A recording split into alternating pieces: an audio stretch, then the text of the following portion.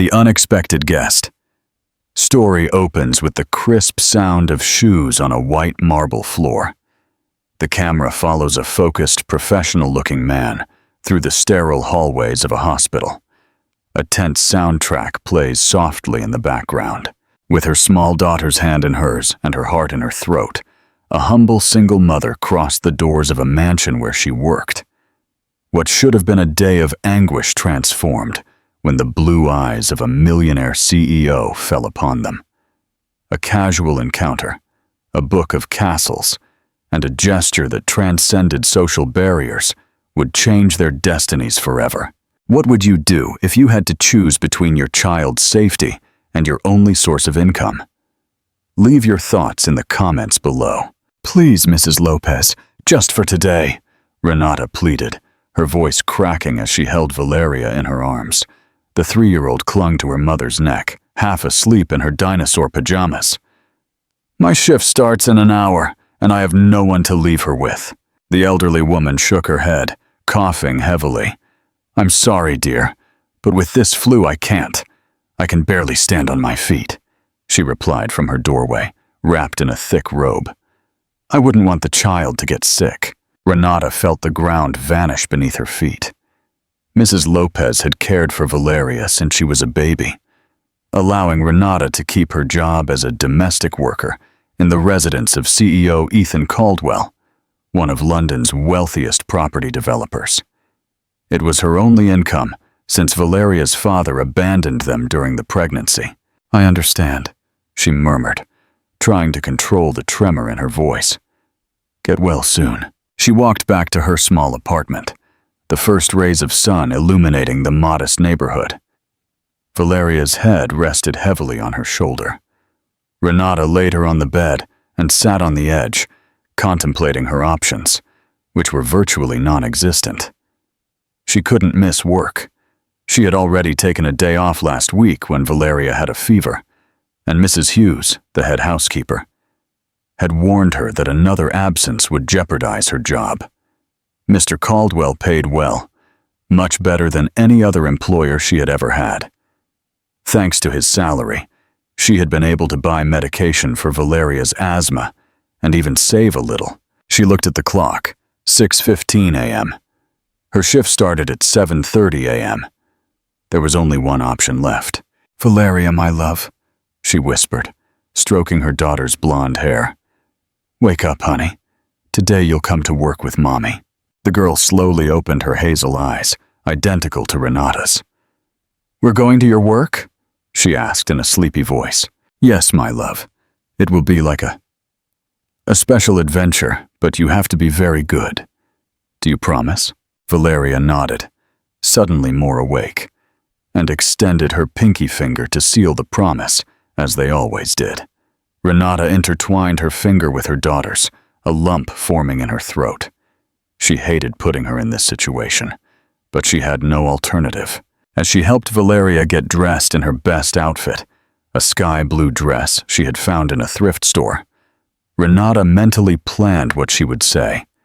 Maybe she could convince Sarah, the cook, to let Valeria stay in the kitchen during her shift. Or perhaps Mrs. Hughes would understand her situation, though she doubted it. In the 2 years she had worked at the Caldwell residence, she had never seen the woman show compassion for personal problems. Is it a big house, Mommy? Valeria asked, while Renata brushed her hair. Enormous, my love, like a palace from a story. With princesses? Renata smiled sadly. Her daughter loved the princess stories she read to her every night. Stories that had belonged to her own childhood. No, honey. Only Mr. Caldwell lives there. He is. Renata searched for the right words. He's a very important man who builds big buildings. She didn't mention that she had barely seen Mr. Caldwell in person. The CEO traveled constantly, and the few times they crossed paths, he barely looked up from his documents or his phone. The only thing she knew was what the rest of the staff said. A widower for 5 years, no children, completely dedicated to his company. At 6:50 a.m., Renata and Valeria were waiting for the bus that would take them to Kensington, one of the city's most exclusive neighborhoods. The girl, now fully awake, bounced excitedly, holding her small pink backpack where Renata had packed her favorite book, some crayons, and a notebook to keep her entertained. "Remember our promise," Renata reminded her as they boarded the bus. "You have to be very quiet and not make any noise." "Like a little mouse," Valeria nodded solemnly. The journey took almost 40 minutes. When they got off, Renata firmly took her daughter's hand as they walked the 3 blocks separating the bus stop from the imposing residence. A tall black gate surrounded the property. Renata took a deep breath before announcing herself on the intercom. "Good morning, it's Renata Ortiz," she said, trying to make her voice sound normal. The gates opened with a buzz. Valeria gasped in awe at the huge garden with fountains and sculptures that stretched before them. "Look, Mommy, it's just like in your stories," she exclaimed. "Shh, remember, like a little mouse," Renata whispered, gently squeezing her hand.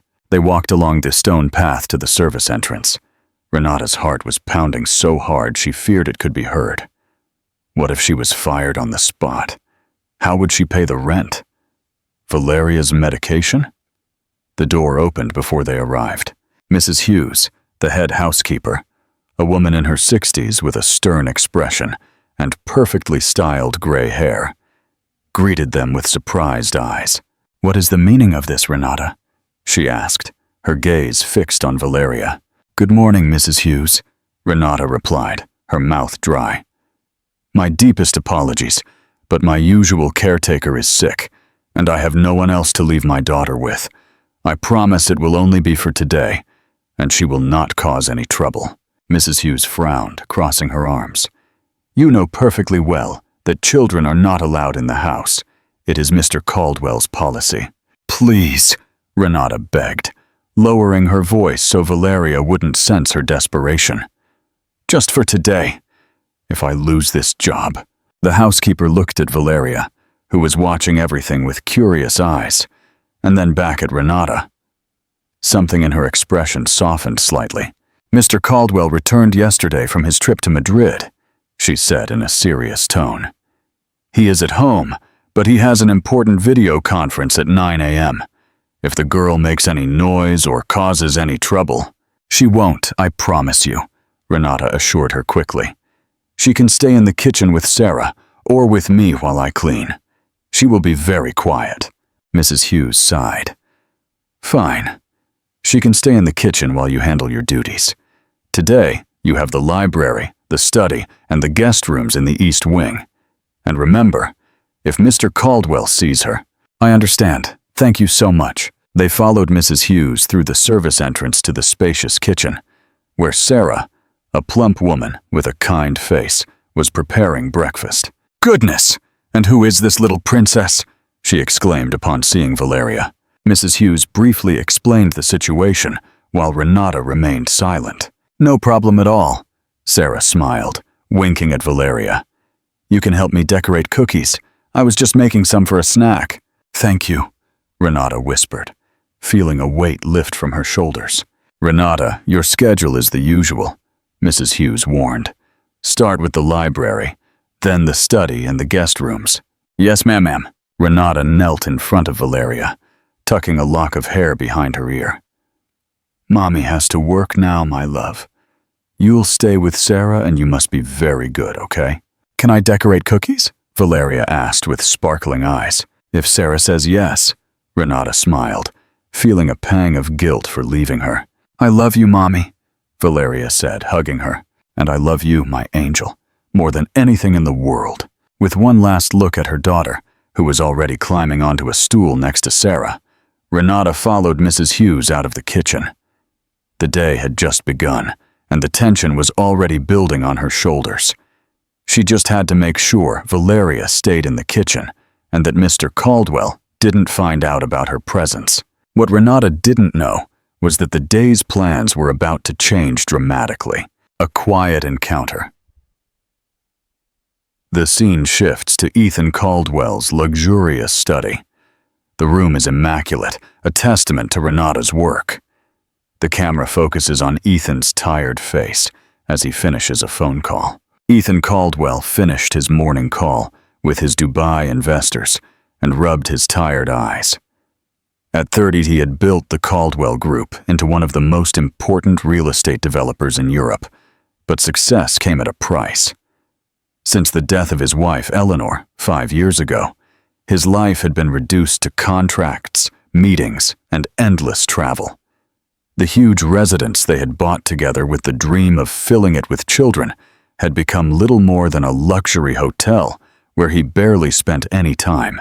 He looked at the clock. 8:30 a.m. He had half an hour before his video conference with the architects of his new project in London. He decided to find a book in the library to distract himself. Lately, insomnia had plagued him, and reading was the only way to calm his restless mind. As he approached the library, he heard a sound that stopped him in his tracks, a child's laugh, followed by a hurried whisper. Ethan frowned. He couldn't remember the last time he heard a child laugh in his house. He gently pushed the half-open door, and what he saw left him paralyzed.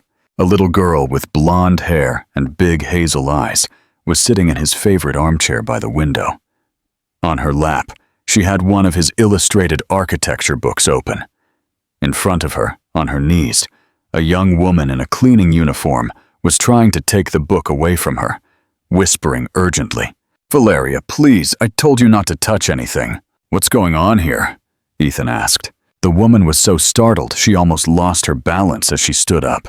Her face paled visibly. "Mr. Caldwell, I am so sorry," she stammered. Ethan observed her. She was one of the cleaning staff, but he didn't remember seeing her before. She was young, perhaps around 28, with brown hair pulled back in a simple ponytail and the same hazel eyes as the little girl. "Who are you?" he asked, trying to maintain a neutral tone. "Renata Ortiz, sir," she replied, her voice trembling. "I've worked here for 2 years, on the cleaning staff." Ethan nodded slowly. He now vaguely remembered her. His domestic staff was practically invisible to him most of the time.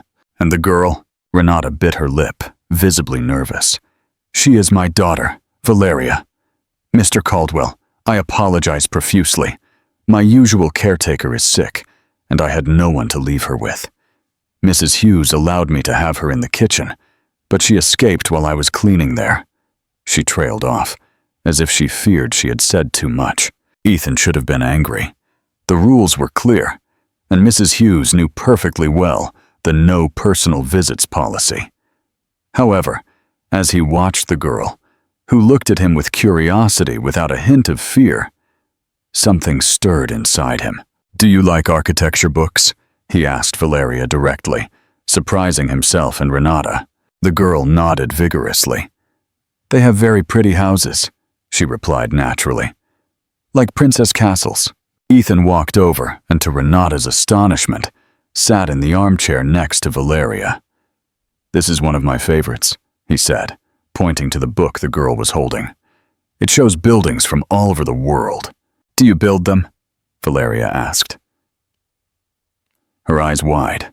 "Some similar ones," Ethan replied, feeling something strange in his chest, a forgotten sense of warmth. "My company builds buildings like these." "Valeria, don't bother Mr. Caldwell," Renata intervened, visibly mortified. "Excuse us.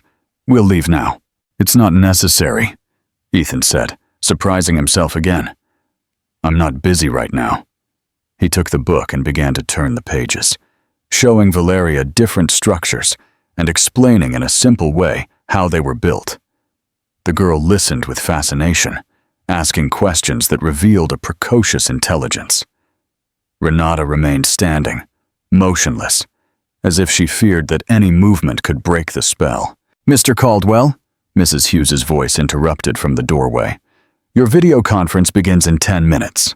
The housekeeper watched the scene with evident perplexity, her boss sitting next to a small girl, showing her a book, while the mother stood to the side, visibly nervous. "Thank you, Mrs. Hughes," Ethan replied, closing the book and standing up.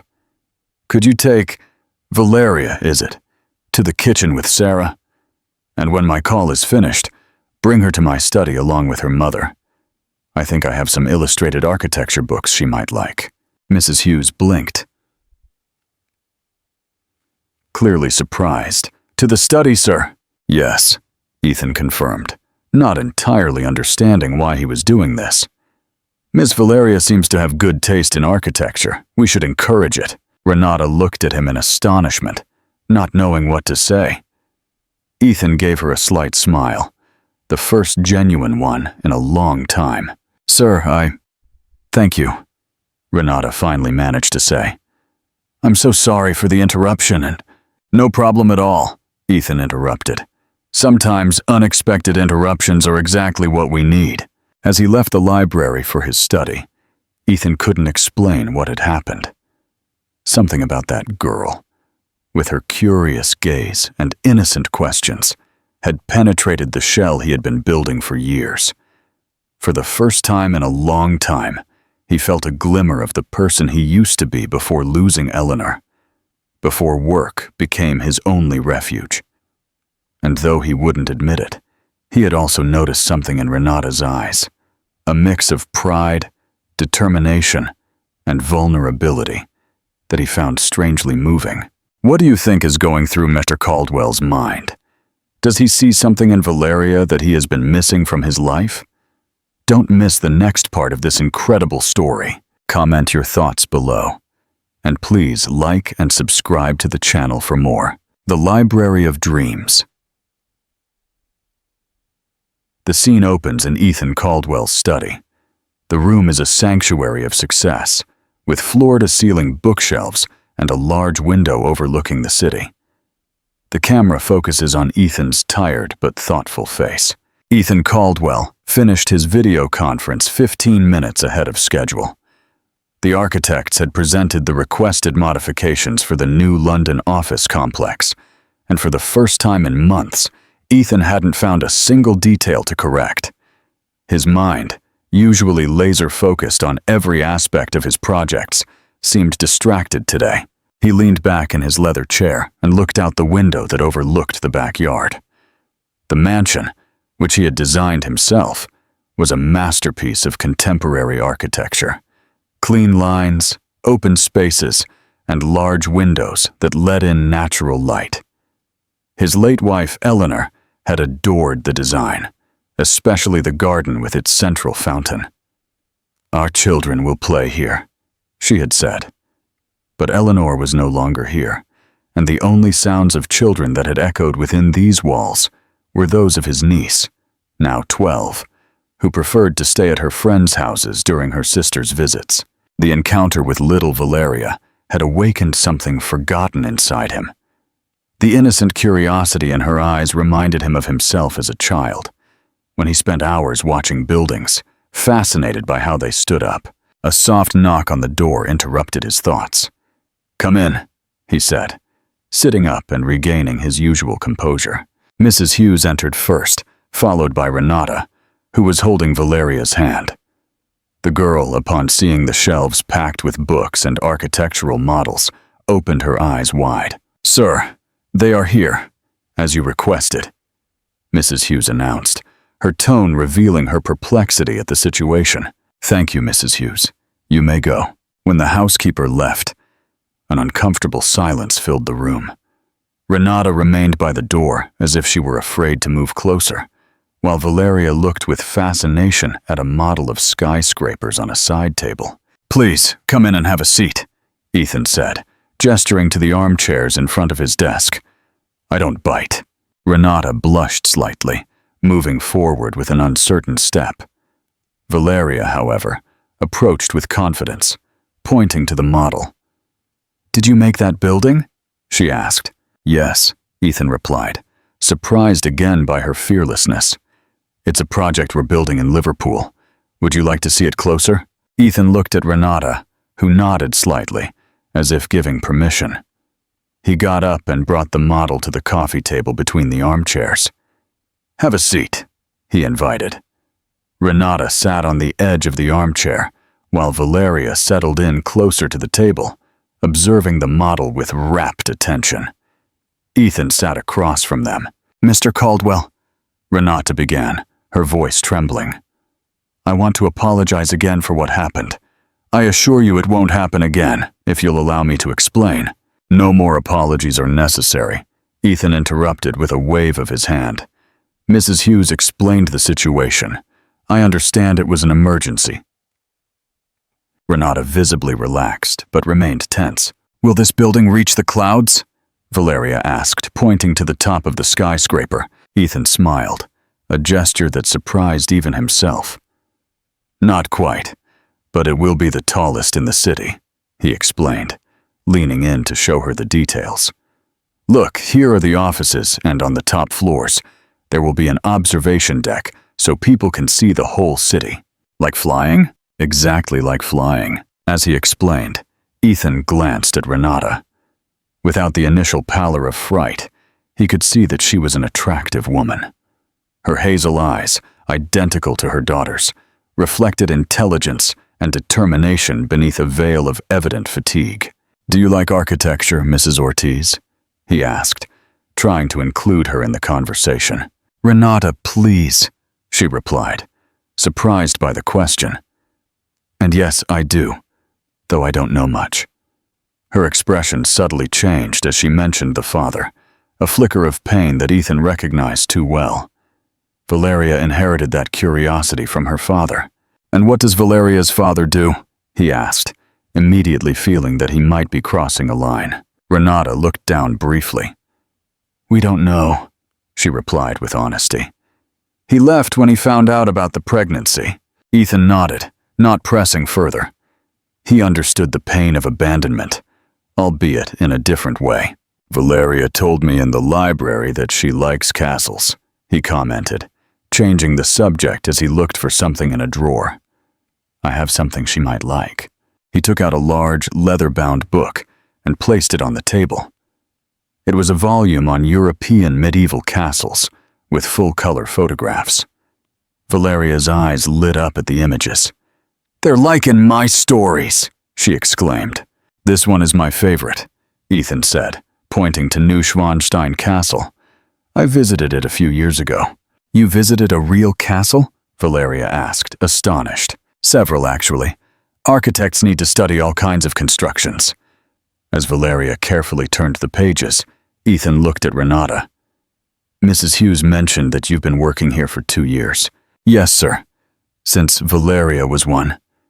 "It's strange we haven't crossed paths before." Renata offered a small smile. "You travel a lot, sir, and we, the cleaning staff, tend to be quite invisible." There was a sincerity in her comment that struck Ethan. It was true. He barely knew the people who kept his home running. "You're right," he admitted. "I haven't been very present." A silence settled between them, not entirely uncomfortable. "May I ask what you studied, Renata?" Ethan finally said, noticing that she seemed to have a level of education that was not common among domestic staff. "I studied architecture for 2 years, actually," she replied, with a mix of pride and regret. "At the university here. But I had to quit when—" Her gaze shifted to Valeria. Ethan looked at her with renewed interest. "Architecture? Yes. Ironic, isn't it?" Renata smiled with a certain melancholy. "I dreamed of designing public spaces, parks, places where people could gather. Nothing as grand as your projects." "Public spaces are fundamental," Ethan responded sincerely. "In fact, our new project in London includes a central park. It's one of the aspects that interests me the most." Renata's eyes lit up as she talked about architecture, and Ethan found himself genuinely interested in her ideas. For the first time in years, he was having a conversation that didn't revolve around contracts, budgets, or schedules. "Mommy, can I show him my drawings?" Valeria interrupted, gently tugging on Renata's sleeve. "Honey, I don't think Mr. Caldwell has time." "I'd love to see them," Ethan replied, surprising himself. Valeria took a slightly crumpled notebook from her small backpack and proudly handed it to him. Ethan opened it, finding childish but surprisingly detailed drawings of houses, buildings, and what looked like parks. "This is our apartment," Valeria explained, pointing to a drawing. And this is the park we go to on Sundays. And this is a castle where we'll live someday. They're very good, Ethan commented, genuinely impressed by the girl's imagination. You have talent, just like her mother, he added, looking at Renata, who blushed slightly. At that moment, the phone on the desk rang. Ethan apologized and answered.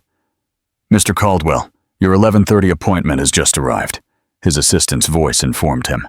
Tell them I'll be down in 5 minutes, he replied, before hanging up. He turned back to Renata and Valeria. I'm afraid I have a meeting, he said, genuinely disappointed to have to end the conversation. But I would like... He stopped, considering what he was about to propose. I would like Valeria to keep the castle book, as a loan. Oh, we couldn't, Renata began. I insist, Ethan interrupted. I haven't looked at it in years, and it will clearly be appreciated. Renata looked grateful. That's very kind of you, Mr. Caldwell. Ethan, please, he replied, surprising himself again. He walked over to his desk and took out a card. My personal number, he said, handing it to Renata. In case Valeria has another childcare emergency, maybe we can find a more permanent solution. Renata took the card, visibly confused, but grateful. Thank you. Ethan. Hearing her say his first name gave him a strange feeling in his chest. You're welcome, Renata. Valeria, oblivious to the exchange, hugged the castle book to her chest. Can we come see more books another day? She asked innocently. Ethan looked at the girl and then at Renata, who seemed both embarrassed and surprised. Of course, he replied with a smile. My library is at your disposal. As he walked them to the door, Ethan realized that for the first time in 5 years, the mansion didn't seem so empty. Valeria's laughter had, for a moment, filled the silence that had surrounded him since Eleanor's death. Goodbye, Ethan, Renata said, still unsure about using his first name. Goodbye, Renata, he replied, holding the door open. Valeria, take good care of that book. I promise, the girl exclaimed, waving her little hand. Ethan watched them walk down the hallway, feeling a mix of emotions he hadn't experienced in a long time. Something was changing inside him, as if a long-closed door was beginning to open. Do you think Renata will call him? What do you think will happen next between Ethan and Renata? Tell us your predictions in the comments below. And if you're enjoying this story, don't forget to like and subscribe to the channel for more. The Unspoken Connection. The scene opens in the kitchen of the Caldwell mansion. Mrs. Hughes is looking at Renata with a look of barely contained curiosity. The sound of plates clinking and a pot simmering adds to the mundane atmosphere. In the kitchen, Mrs. Hughes watched with perplexity as Renata and Valeria returned from Mr. Caldwell's study. What happened in there? She asked in a low voice, as Valeria excitedly showed her book to Sarah, the cook. I'm not sure, Renata replied honestly. I think he liked us. In 5 years, Mrs. Hughes murmured, shaking her head in amazement. I've never seen him smile at anyone like that. Renata looked at the card with Ethan Caldwell's personal number on it, feeling a strange mix of hope and fear. She didn't know what this unexpected gesture meant, but for the first time in a long time, she felt that something good might be about to happen. He really gave you his personal number? Sophie, her best friend from high school, asked with wide eyes, leaning across the small coffee shop table. The Ethan Caldwell? The same one who's in all the business magazines? Renata stirred her coffee absently. 3 days had passed since the encounter in the library, and she still couldn't believe what had happened. He said it was in case I had another emergency with Valeria, she explained, lowering her voice even though the cafe was nearly empty. But I don't know what to think, Sophie. He's my boss. I shouldn't even be considering calling him. Sophie, ever the pragmatist, gave her a skeptical look. Not all rich people are soap opera villains, you know. Maybe he's genuinely concerned about Valeria. Renata watched her daughter, who was drawing intently at a nearby table. Since that day, Valeria hadn't stopped talking about the castle man and slept hugging the book he had lent her. It's just that, Renata hesitated, searching for the words. He's Ethan Caldwell. He builds buildings worth millions. I clean his house. We don't belong in the same world. That didn't stop him from giving you his number, Sophie pointed out with a mischievous smile. Besides, you said you studied architecture. You have something in common. Renata sighed. It was true that the conversation about architecture had flowed naturally, as if, for a moment, the social barriers had disappeared. It had been nice. It doesn't matter, she concluded, putting the card back in her bag.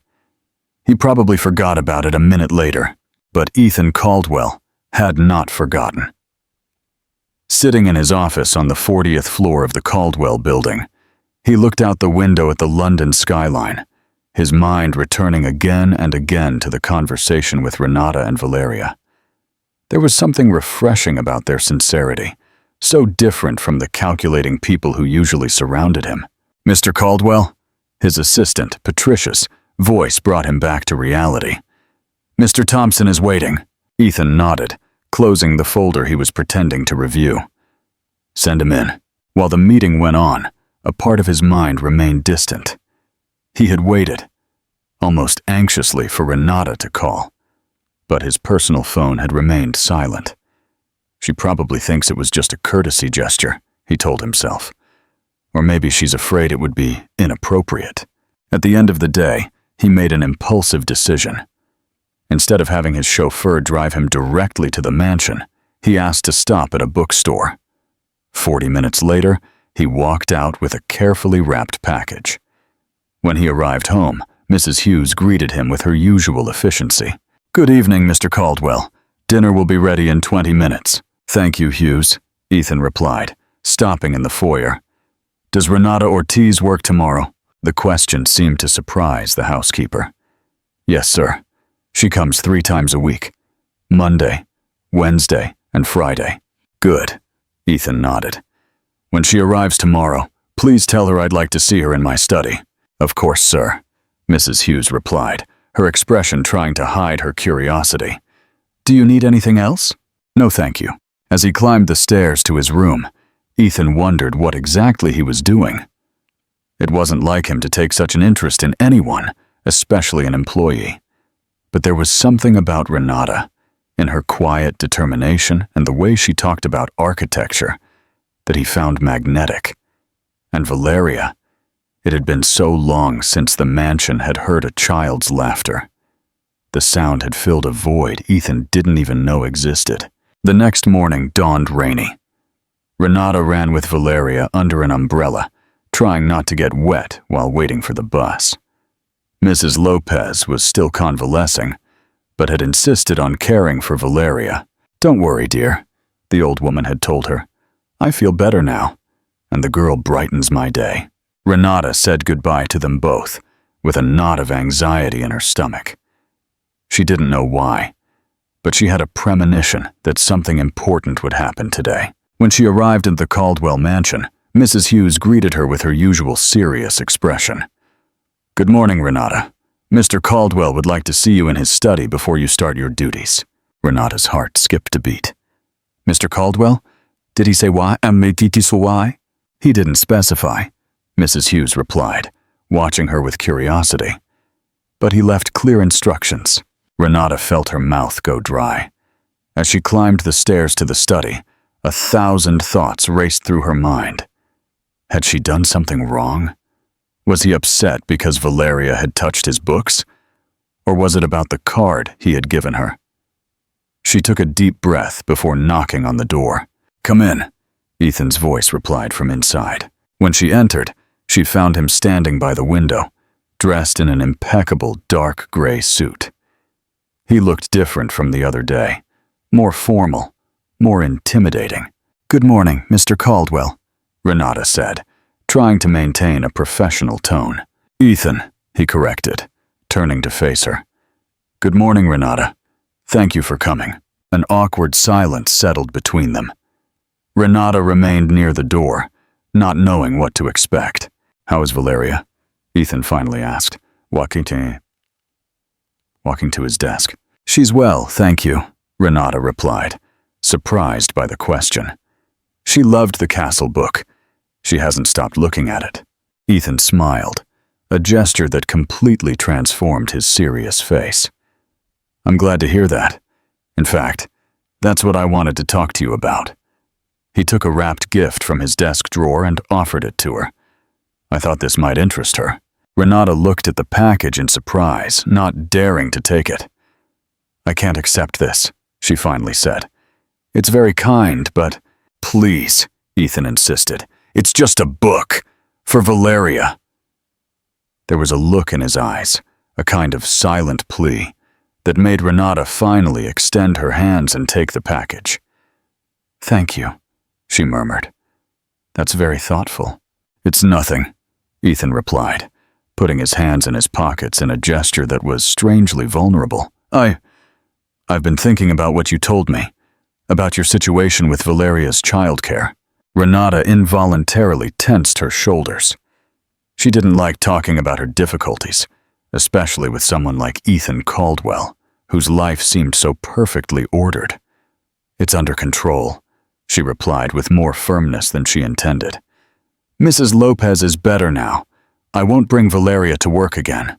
That's not it, Ethan quickly clarified. In fact, Valeria can come whenever you need her to. What I mean is… He paused, as if arranging his thoughts. The Caldwell Group has a scholarship program for employees who want to continue their studies. Renata looked at him, bewildered by the change of subject. I don't understand. You mentioned that you studied architecture but had to quit, Ethan continued, taking a step closer. If you're interested in resuming your studies, the company could cover the costs. It also includes a daycare for the children of scholarship recipients. Renata was speechless. Of all the things she expected to hear, this was the last. A scholarship? She finally managed to articulate. For me? Ethan nodded. The program has existed for years, but not all employees know about it. I thought you might be interested. But why? Renata asked, still confused. You barely know me. Ethan looked at her directly, with an intensity that made her hold her breath. Because I saw how you talked about architecture, he replied with sincerity.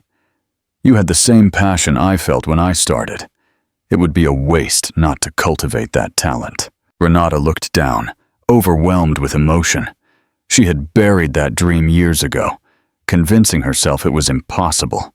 I don't know what to say, she murmured. You don't have to decide now, Ethan said, returning to his desk and picking up an envelope. Here is all the information about the program. Think about it. Renata took the envelope with trembling hands. Thank you, she said, feeling the word was insufficient. This is very generous. It's the right thing to do, Ethan replied, although something in his gaze suggested there was more behind his offer. Another silence settled between them, but this time it was less awkward, full of unexpressed possibilities. I should get back to work, Renata finally said, clutching the book and the envelope to her chest. Of course, Ethan nodded. And Renata, he added, as she was heading to the door. The offer about Valeria still stands. If you need to bring her someday, it's not a problem. Renata stopped, turning to look at him. Why are you doing all this? She asked, with a frankness that surprised them both. Ethan seemed to consider the question for a moment. Why? He began, then stopped, as if the words he wanted to say were too revealing. Because everyone deserves a chance. It wasn't the whole truth. They both knew it, but it was enough for now. Thank you, Ethan, Renata replied, deliberately using his first name, a small gesture of reciprocity. As she left the study, Renata leaned against the hallway wall, trying to process what had just happened. The package in her hands, the information about the scholarship, the unexpected kindness. It all seemed too good to be true, but the envelope was real, and the package was too. And the look in Ethan's eyes. There was something there that made her heart beat faster. What do you think is Ethan's true motive? Is he being kind, or is he falling in love? And will Renata accept the offer? Stay tuned for the next part. Leave a comment below with your predictions, and don't forget to like and subscribe, of course. Here is part 5 of the story. Part 5, The First Step. The scene opens in Renata's small apartment. The morning light is filtered through a worn curtain. The camera focuses on Renata, sitting at her kitchen table, staring at a phone and an envelope. In the kitchen, Sarah greeted her with a curious smile. "Everything okay, dear? You look like you've just seen a ghost." "I'm fine," Renata replied, carefully putting the envelope and the package into her bag. "Just surprised." "Mr. Caldwell has that effect on people," Sarah commented, returning to her work. "But he's seemed different lately. Less, I don't know, distant?" Renata nodded absently, putting on her apron to begin her work. Her mind, however, was still in the study, replaying every word, every gesture. Meanwhile, Ethan tried to concentrate on the documents on his desk, but his gaze constantly strayed to the door where Renata had left. He didn't fully understand what had prompted him to offer her the scholarship, or why he had bought the book for Valeria. He only knew that, for the first time in 5 years, he felt something other than the emptiness that had accompanied him since Eleanor's death. And although part of him feared this awakening of emotions, another part, one he thought was lost, was beginning to crave more. That night, after putting Valeria to bed, Renata sat at her small kitchen table and opened the envelope with the scholarship information. The program was more comprehensive than she had imagined. It covered tuition, materials, transportation, and even a modest monthly stipend. The corporate daycare operated in the same building as the Caldwell Group's headquarters, with extended hours to accommodate classes. It was the kind of opportunity she had dreamed of since she had to drop out of university. A real chance to resume her career without neglecting Valeria. With trembling hands, she unwrapped the package Ethan had given her. Inside was a beautiful illustrated book titled Great Women in Architecture, with biographies of pioneering female architects from around the world. Between the pages, she found a handwritten note. "For Valeria, so she can meet the women who built real castles. Ethan." The simplicity of the gesture, so personal and thoughtful, made Renata's throat tighten. It wasn't just an expensive book bought out of obligation. Ethan had thought specifically about what might inspire her daughter. She took out her phone, looking at the card with Ethan's personal number. It was almost 10 o'clock at night. Was it too late to call? Too bold? Before fear could paralyze her, she dialed the number. Ethan was reviewing blueprints in his home office when his personal phone rang. The number wasn't saved, but something told him who it might be. He answered, trying to control the sudden acceleration of his pulse. "Ethan Caldwell." There was a brief silence on the other end. "Ethan, it's Renata," a soft voice finally said. "Renata Ortiz. I hope I'm not You at this hour?" "Not at all," he replied, putting the blueprints aside. "I'm glad you called." Another silence, less tense than the previous one. "I wanted to thank you," Renata continued, "for the book for Valeria. It's beautiful, and for the information about the scholarship. Have you considered it?" Ethan asked, trying to keep his voice from revealing how much he cared about her answer. "Yes," she replied. "It's an incredible opportunity." But? Renata sighed on the other end of the line.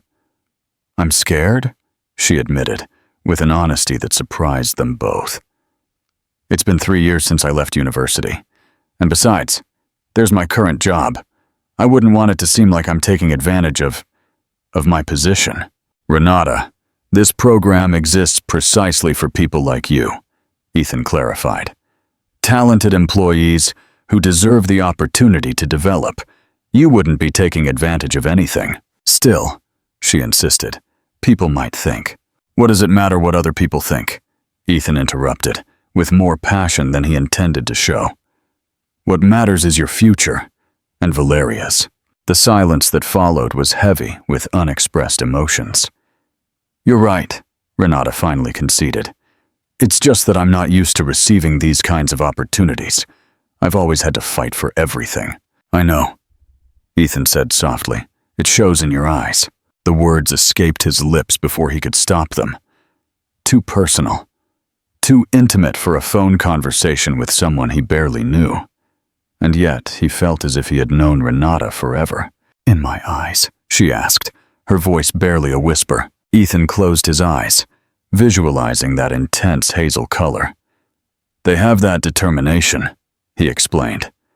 The same one I saw in the mirror when I started my career, when no one believed a freshly graduated architect could create a successful company. I didn't know you started from scratch, Renata commented. My father was a bricklayer, Ethan revealed. He taught me to value construction from the ground up. People only see the current success, but there were many years of sacrifice. It was information he rarely shared, part of a past many of his current associates were unaware of. With Renata, however, the words flowed naturally. I understand the sacrifice, she said simply. Every day. I know, Ethan replied. That's why I think you deserve this opportunity. The conversation continued, surprisingly easy. They talked about architecture, the challenges of university, professors Ethan remembered who might still be teaching. Almost without realizing it, an hour had passed. Oh my, it's very late, Renata exclaimed upon noticing the time. I have to wake up early tomorrow to drop Valeria off at Mrs. Lopez's. I'm sorry, I didn't mean to keep you so long. No, it was nice, she replied sincerely. Thank you for listening. Thank you for calling, Ethan said, surprised by how disappointed he felt at the prospect of hanging up. And Renata, think about the scholarship. The application must be submitted by Friday. I will, she promised. Good night, Ethan. Good night, Renata. After hanging up, Ethan remained still, phone in hand, an involuntary smile on his face. He couldn't remember the last time he had had such an honest conversation with anyone, much less with a woman. Since Eleanor's death, he had locked himself in his work, avoiding the emotional connections his sister constantly encouraged him to seek.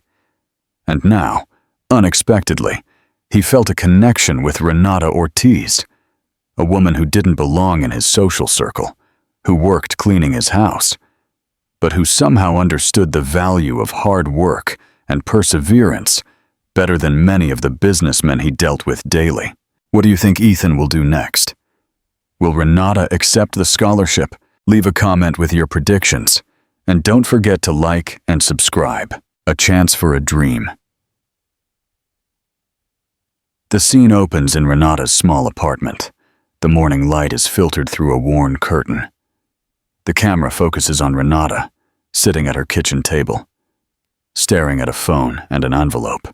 The next morning, while eating breakfast, Ethan made a decision. He called his assistant, Patricia.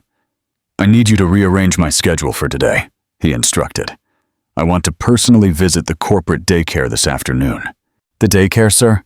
Patricia asked, obviously surprised. May I ask the reason? Facility evaluation, he replied vaguely.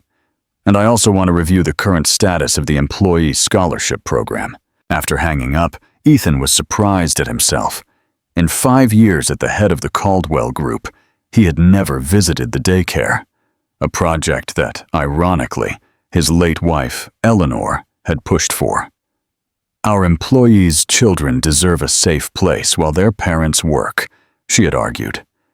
Ethan had approved the project, but since her death, he had completely delegated its supervision. That afternoon, he toured the facility accompanied by the director, an efficient woman who did not hide her surprise at the unexpected visit from the CEO. Everything is in excellent condition, Mr. Caldwell, she explained, showing him the colorful classrooms. We currently care for 73 children, from 6 months to 5 years old. Ethan observed everything with new eyes, imagining Valeria in that environment, playing with other children, learning in a safe place while Renata studied. Do you have any available spots? He asked. We always reserve a spot for emergencies and new scholarship program additions, the director replied. In fact, a spot just opened up in the 3-year-old group. Ethan nodded, satisfied. Excellent. Keep it open. We may have a new scholarship recipient soon. As he left the corporate building, Ethan stopped for a moment, watching the sunset over the city. What exactly was he doing? Why was he getting so involved in the lives of Renata and Valeria? The answer was both simple and complex, because for the first time in years, he felt something more than the empty routine he had plunged himself into. Renata, meanwhile, reread the scholarship information while Valeria drew beside her. The girl had been enchanted with the new book, especially with the story of the famous architect, Zaha Hadid. "Mommy, can I be like her when I grow up?" she asked, pointing to a photograph of the architect. "You can be whatever you want, my love," Renata replied, stroking her hair. "And will you continue building castles too?" The innocent question hit Renata hard. Could she really resume her dream? Was it possible to balance studies, work, and raising a child? She looked at the application form on the table. Ethan believed she could do it. And if he, who had built an empire from scratch, trusted in her ability, maybe she should trust in herself too. With determination, she began to fill out the form. On Friday morning, Renata arrived at the Caldwell mansion with the completed application in her bag. She hadn't seen Ethan since their phone conversation on Tuesday, and she wondered if she should give him the form personally or follow the regular procedure. The decision was made for her when, after finishing cleaning the library, she found Ethan waiting for her in the hallway. "Good morning, Renata," he greeted her with a smile that lit up his usually serious eyes. "I hope you don't mind me stopping by before I leave for the office." "Good morning," she replied, feeling an inexplicable nervousness. Not at all. A brief but expectant silence settled between them. "I've been thinking about our conversation," Ethan finally said. "About the scholarship." "Me too," Renata replied, opening her bag and pulling out the envelope. "In fact, I've completed the application." Ethan's smile widened, genuinely pleased. "That's wonderful," he said, taking the envelope. "I'll personally make sure it gets processed immediately." Their fingers brushed during the exchange, a brief but electric contact that neither of them ignored. "Thank you," Renata murmured, "for everything." "There's nothing to thank me for," Ethan replied, carefully placing the envelope in his briefcase. "In fact, I should thank you." "Me? Why?" Ethan looked at her with an intensity that made Renata hold her breath. "For reminding me that there's more to life than contracts and buildings," he said simply. Before Renata could reply, Ethan's phone rang. He looked at the screen with obvious frustration. "I'm sorry, I have to take this," he apologized. "But I would like to continue this conversation, perhaps over dinner." The proposal, as unexpected as it was anticipated, left Renata momentarily speechless. "Dinner," she repeated, unsure.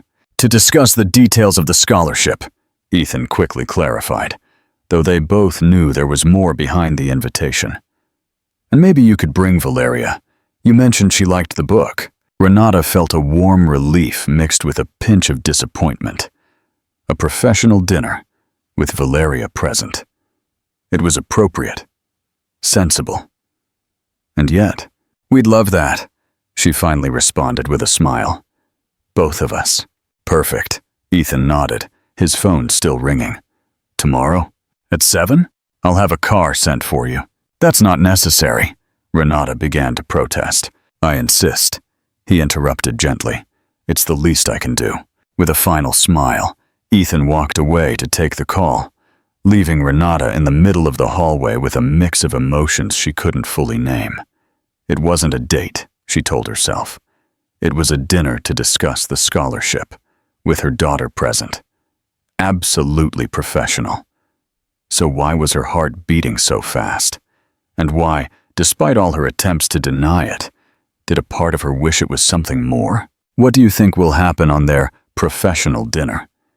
Will their connection grow stronger, or will the social barriers prove too difficult to overcome? The dinner. The scene opens in Renata's small apartment. The morning light is filtered through a worn curtain. The camera focuses on Renata, sitting at her kitchen table, staring at a phone and an envelope. In the kitchen, Sarah greeted her with a curious smile. "Everything okay, dear? You look like you've just seen a ghost." "I'm fine," Renata replied, carefully putting the envelope and the package into her bag. "Just surprised. Mr. Caldwell has that effect on people," Sarah commented, returning to her work. "But he's seemed different lately. Less, I don't know, distant?" Renata nodded absently, putting on her apron to begin her work. Her mind, however, was still in the study, replaying every word, every gesture. Meanwhile, Ethan tried to concentrate on the documents on his desk, but his gaze constantly strayed to the door where Renata had left. He didn't fully understand what had prompted him to offer her the scholarship, or why he had bought the book for Valeria. He only knew that, for the first time in 5 years, he felt something other than the emptiness that had accompanied him since Eleanor's death. And although part of him feared this awakening of emotions, another part, one he thought was lost, was beginning to crave more. That night, after putting Valeria to bed, Renata sat at her small kitchen table and opened the envelope with the scholarship information. The program was more comprehensive than she had imagined. It covered tuition, materials, transportation, and even a modest monthly stipend. The corporate daycare operated in the same building as the Caldwell Group's headquarters, with extended hours to accommodate classes. It was the kind of opportunity she had dreamed of since she had to drop out of university. A real chance to resume her career without neglecting Valeria. With trembling hands, she unwrapped the package Ethan had given her. Inside was a beautiful illustrated book titled Great Women in Architecture, with biographies of pioneering female architects from around the world. Between the pages, she found a handwritten note. For Valeria, so she can meet the women who built real castles. Ethan. The simplicity of the gesture, so personal and thoughtful, made Renata's throat tighten. It wasn't just an expensive book bought out of obligation. Ethan had thought specifically about what might inspire her daughter. She took out her phone, looking at the card with Ethan's personal number. It was almost 10 o'clock at night. Was it too late to call? Too bold? Before fear could paralyze her, she dialed the number. Ethan was reviewing blueprints in his home office when his personal phone rang. The number wasn't saved, but something told him who it might be. He answered, trying to control the sudden acceleration of his pulse. Ethan Caldwell. There was a brief silence on the other end. "Ethan, it's Renata," a soft voice finally said. "Renata Ortiz. I hope I'm not bothering you at this hour." "Not at all," he replied, putting the blueprints aside. "I'm glad you called." Another silence, less tense than the previous one. "I wanted to thank you," Renata continued, "for the book for Valeria. It's beautiful. And for the information about the scholarship. Have you considered it?" Ethan asked, trying to keep his voice from revealing how much he cared about her answer. "Yes," she replied. "It's an incredible opportunity." But? Renata sighed on the other end of the line. "I'm scared," she admitted, with an honesty that surprised them both. "It's been 3 years since I left university, and besides, there's my current job.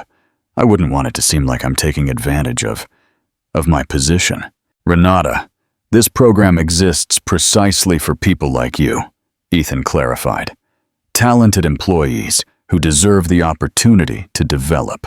You wouldn't be taking advantage of anything." "Still," she insisted, "people might think." "What does it matter what other people think?" Ethan interrupted, with more passion than he intended to show. "What matters is your future, and Valeria's."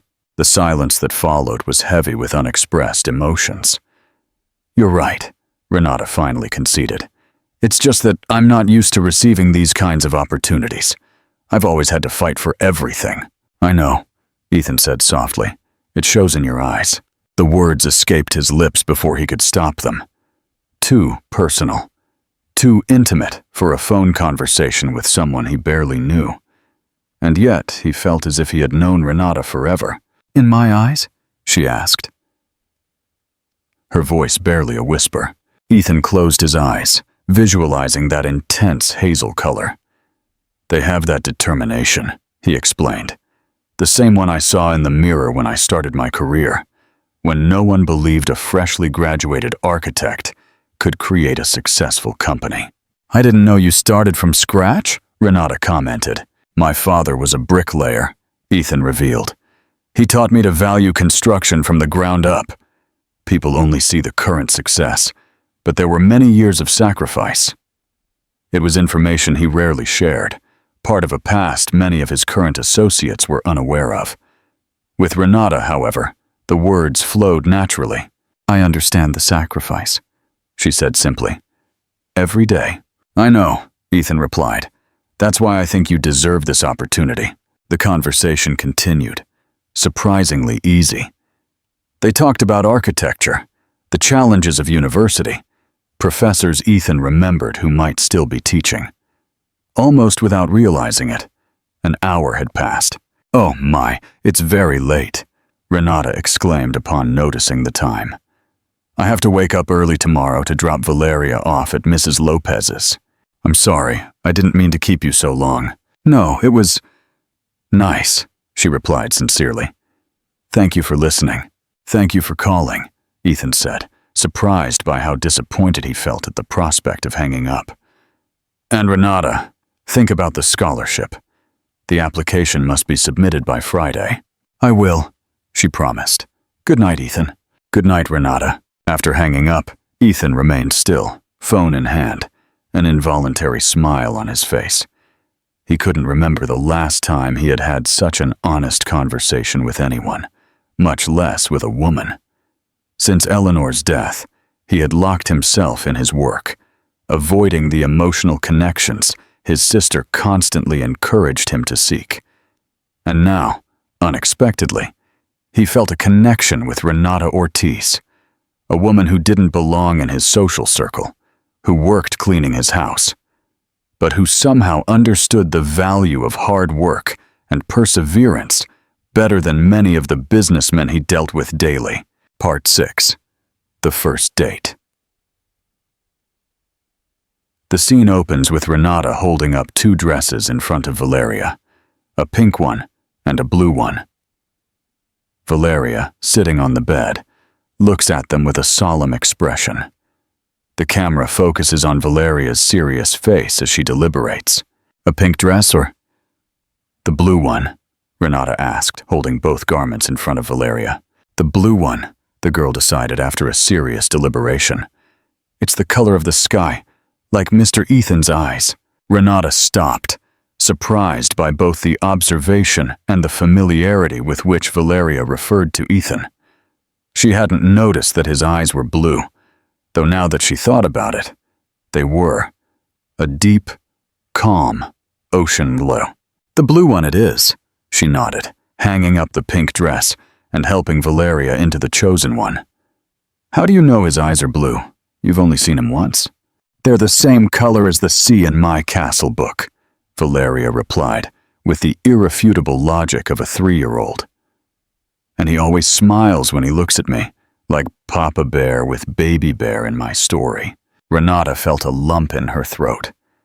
Valeria rarely asked about her father, perhaps because she had never really had one. But she occasionally made observations that revealed how much she longed for that figure in her life. Mr. Ethan is very kind, Renata said carefully, brushing her daughter's blonde hair. But remember, this dinner is to talk about Mommy's school. It's important that you behave well. Are you going back to school like me? Valeria asked, excited by the idea. Something like that? Renata smiled. If all goes well, I'll study to build buildings, like the ones he showed you in his books. The doorbell interrupted their conversation. Renata looked at the clock. 6:55 p.m. The driver was punctual. "Come on, honey. Our ride is here." Opening the door, Renata expected to find a professional chauffeur. Instead, she gasped when she saw Ethan Caldwell in person, dressed in a smart but casual outfit of dark trousers and a blue shirt, without a tie. He held a small bouquet of wildflowers. "Good evening," he greeted her with a shy smile, so different from his usual corporate confidence. "I hope I didn't surprise you. I decided to come personally." "Mr. Ethan!" Valeria exclaimed, running toward him with open arms. To Renata's astonishment, Ethan knelt down naturally, allowing the girl to hug him. The gesture was so spontaneous, so free of awkwardness, that something stirred in Renata's heart. "Hey there, little architect," he greeted her, handing her a flower from the bouquet. "I love your blue dress. It's the same color as your eyes," Valeria replied enthusiastically. "Right, Mommy." Renata felt the heat rise to her cheeks as Ethan looked at her with an amused smile. "It's true," she admitted, taking the bouquet he offered her. "I didn't expect you to come yourself. Thank you for the flowers.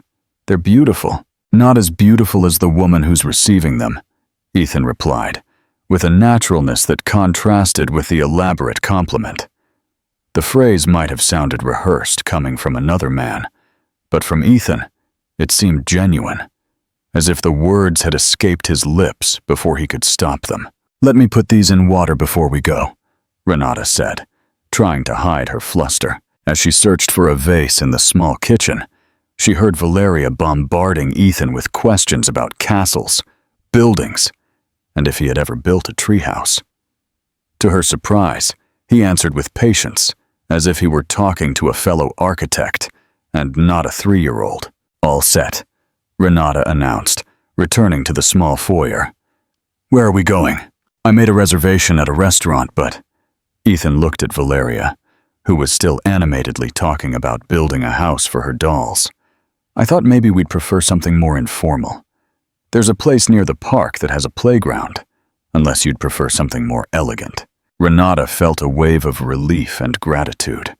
A fancy restaurant would have made her feel uncomfortable, especially with Valeria.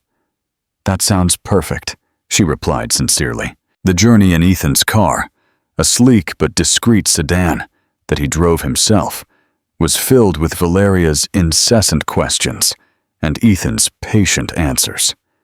Renata watched the interaction, amazed by the ease with which her daughter, normally reserved with strangers, had opened up to this man. The restaurant turned out to be a charming Italian trattoria with a small garden and a play area visible from all the tables. When they arrived, the owner greeted Ethan by name. "Mr. Caldwell, your table is ready," he announced, guiding them to a quiet corner with a view of the garden. "And for the little princess, we have crayons and paper."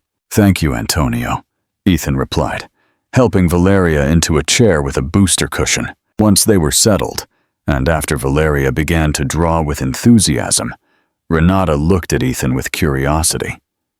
"You come here often?" she commented, not as a question, but as an observation. Ethan nodded, a slightly melancholy expression on his face. "It was Eleanor's, my wife's, favorite place," he replied simply. "We used to come here every Sunday." It was the first time he had directly mentioned his late wife. Renata felt a pang of empathy. "I'm sorry," she said softly. "I didn't mean to." "It's okay," Ethan interrupted with a reassuring smile. "It was 5 years ago. Eleanor would have wanted me to keep coming. She loved the pasta here." "What was she like?"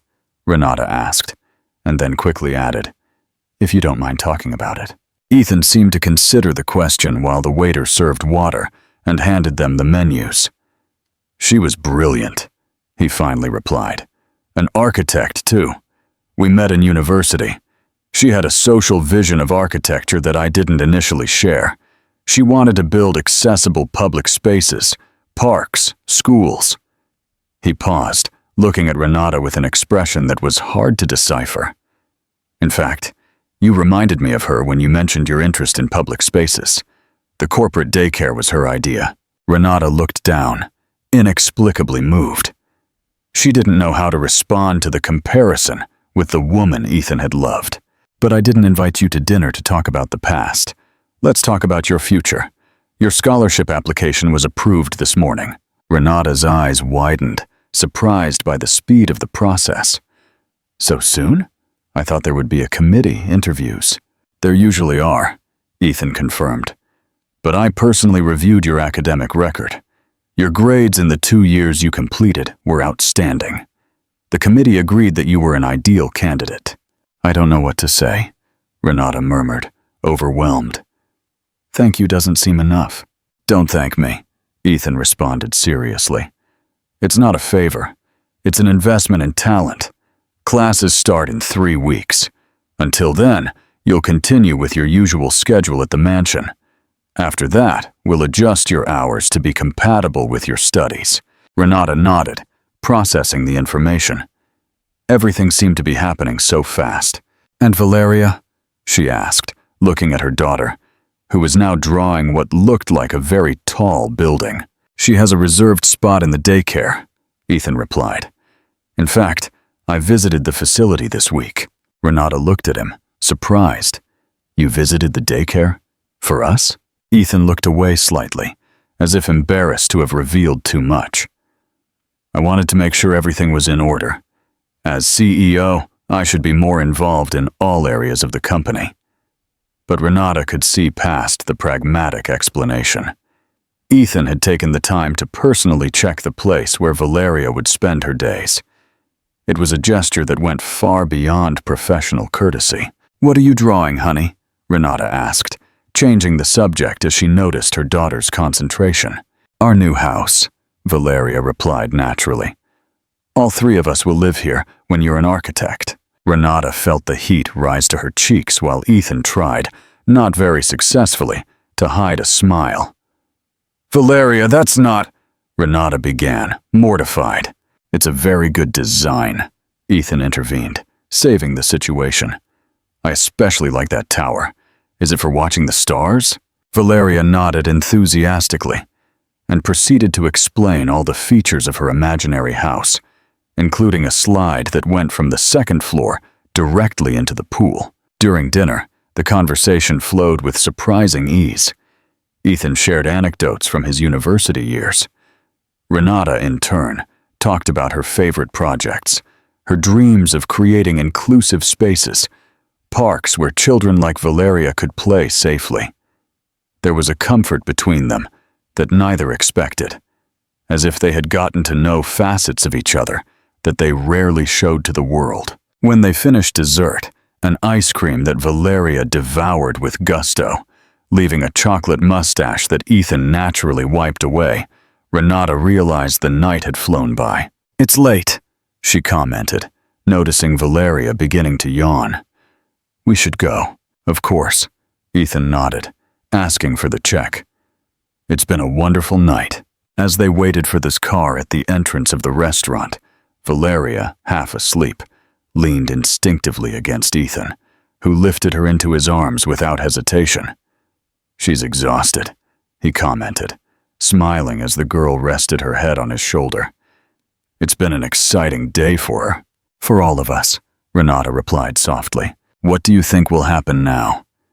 Is this a friendship, or is it the start of something more? Tell us your thoughts in the comments, and don't forget to subscribe to the channel for the finale.